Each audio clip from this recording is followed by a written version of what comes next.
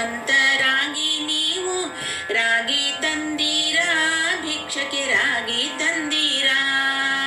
ಅನ್ನದಾನವ ಮಾಡುವರಾಗಿ, ಅನ್ನ ಛತ್ರವ ನಿಟ್ಟವರಾಗಿ, ಅನ್ಯವಾರ್ತೆಯ ಬಿಟ್ಟವರಾಗಿ, ಅನುದಿನ ಭಜನೆಯ ಮಾಡುವರಾಗಿ ರಾಗಿ ತಂದೀರಾ, ಭಿಕ್ಷಕ್ಕೆ ರಾಗಿ ತಂದೀರಾ.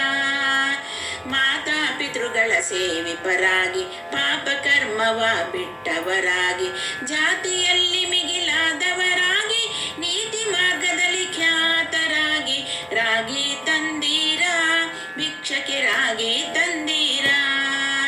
ಗುರು ಕಾರುಣ್ಯವ ಪಡೆದವರಾಗಿ, ಗುರುವಿನ ಮರ್ಮವ ತಿಳಿದವರಾಗಿ, ಗುರುವಿನ ಪಾದವ ಸ್ಮರಿಸುವರಾಗಿ, ಪರಮ ಪುಣ್ಯವ ಮಾಡುವರಾಗಿ ರಾಗಿ ತಂದೀರಾ, ಭಿಕ್ಷಕ್ಕೆ ರಾಗಿ ತಂದೀರಾ. ವೇದ ಪುರಾಣವ ತಿಳಿದವರಾಗಿ, ಮೇದಿನಿಯಾಳುವಂಥವರಾಗಿ, ಸಾಧು ಧರ್ಮಗಳ ಚರಿಸುವರಾಗಿ, ಓದಿ ಗ್ರಂಥಗಳ ಪಂಡಿತರಾಗಿ ರಾಗಿ ತಂದೀರಾ, ಭಿಕ್ಷಕ್ಕೆ ರಾಗಿ ತಂದೀರಾ.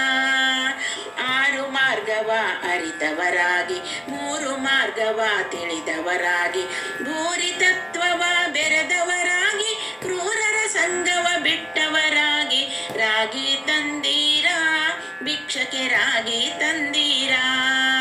ಕಾಮಕ್ರೋಧವ ಅಳಿದವರಾಗಿ, ನೇಮ ನಿತ್ಯವ ಮಾಡುವರಾಗಿ, ನಾಮಹ ಪದವಿಯ ಸುಖಿಸುವರಾಗಿ, ಪ್ರೇಮದಿ ಕುಣಿದಾಡುವರಾಗಿ ರಾಗಿ ತಂದೀರಾ, ಭಿಕ್ಷಕ್ಕೆ ರಾಗಿ ತಂದೀರಾ.